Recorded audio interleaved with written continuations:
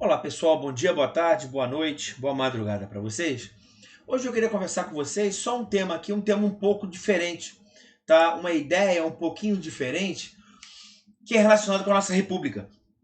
E eu queria conversar com os senhores a respeito, rapidinho, das chamadas patologias republicanas.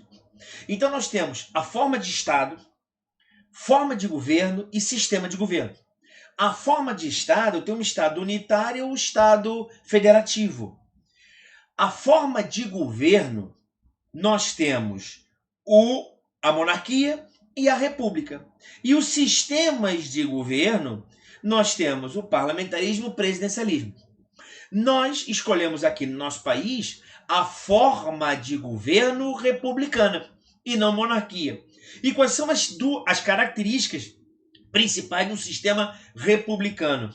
Nós temos a temporariedade dos mandatos, não é isso? Nós temos, na verdade, os mandatos, a temporalidade dos mandatos, nós temos a forma de investidura no poder através do voto, não é isso? E nós temos a gestão do interesse público. Na verdade, os nossos administradores não são titulares do interesse público, não são titulares dos bens públicos, mas eles tão somente fazem a gestão de um bem que é nosso, chamado res pública, né? E sistema republicano, res coisa pública. Mas eu não queria conversar com os senhores a respeito do sistema republicano, mas eu queria falar com os senhores das patologias republicanas. Quais são as características básicas que a gente consegue avaliar quando um sistema republicano está adoecido? Então ele tem algumas características. Qual é a primeira característica que nós vemos num sistema republicano, numa sociedade republicana doente? Primeiro, é o chamado republicanismo seletivo. E o que seria o republicanismo seletivo? Quando a gente fala que o governante deve governar para o interesse público, eu tenho interesses públicos preponderantes. Classes de pessoas que valem mais umas do que as outras. Então, sempre que um governante ele vai governar, administrar, visualizando o interesse público, ele, antes de visualizar o interesse da grande massa, ele passa primeiro a observar o interesse das classes que lhe é preponderante. É o chamado republicanismo seletivo, na primeira característica. Uma segunda característica é chamada, isso é muito claro para a gente hoje no Brasil, que é a chamada jurisprudência oscilante. Nós temos uma jurisprudência que fica oscilando. Uma hora eu posso prender em segunda instância, outra hora só em última instância. Eu posso abrir igrejas, posso fechar igrejas. Quem manda é presidente da república, quem manda são os prefeitos, outra hora os governadores. Manda prender, manda soltar. Eu tenho a chamada jurisprudência oscilante. Eu não tenho o ideário público determinado. Então a jurisprudência toda hora fica vacilando de um lado para o outro. Uma terceira característica muito importante é o chamado o surgimento de heróis mascarados. E quais são os heróis mascarados? A gente pensa que a solução dos nossos problemas advirá de um grande presidente, de um grande líder, de um grande idealizador. Então, na verdade, nós passamos a ter o quê? Os heróis mascarados. Pessoas ao qual nós idealizamos como os responsáveis que serão a solução dos nossos problemas.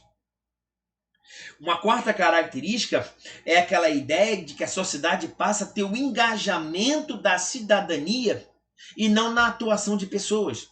A gente pensa que a solução dos nossos problemas vai ser no engajamento do exercício da cidadania, dos negros, das mulheres, dos gays, das lésbicas, dos simpatizantes, dos evangélicos, determinadas classes que serão exercidas, e nós esquecemos que o que vale, na verdade, é a atuação de cada um individualmente.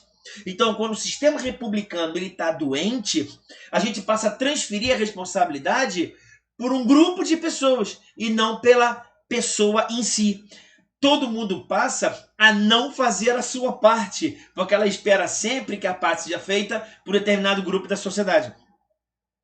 E uma outra característica, que seria a nossa quinta característica dessa república doente, é o chamado os excessos, não é isso? Em nome da proteção de uma coisa pública. Eu passo a admitir que o poder público exerça excessos em nome de um mal maior. Então eu passo, não é isso, a ter o seguinte, que para proteger a coisa pública, compensa realizar alguns excessos praticados pelos estados. Pelo Estado. Então, se existe um grande problema do tráfico de drogas, eu passo a permitir que o poder público realize excessos para combater isso. E a sociedade passa, de uma forma doente, a aceitar esses excessos com uma certa naturalidade.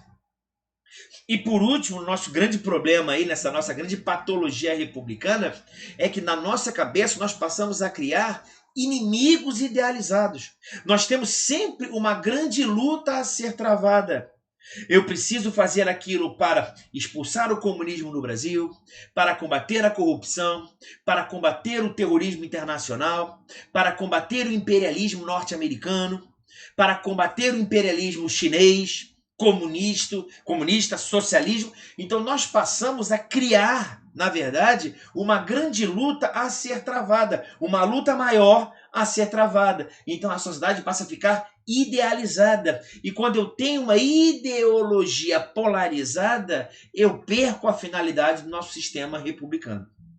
Então aqui, em palavras muito simples, um vídeo bastante curto, só para que vocês possam entender que a república, que é o oposto da monarquia, onde eu tenho na monarquia uma vitaliciedade, não é isso? A titularidade do poder advém da hereditariedade, não tem mandatos temporários mais para sempre, eles são os titulares dos bens públicos. No sistema republicano, não. Eu tenho a gerência do interesse público, os mandatos eletivos pelo voto e a temporalidade. Mas eu passo a ter essa república, esse interesse público de forma seletiva, primeiro os meus amigos. Na jurisprudência eu passo a ter decisões oscilantes para justamente proteger os amigos, essa classe de pessoas privilegiadas. Eu passo a criar heróis mascarados para combate a um grande inimigo.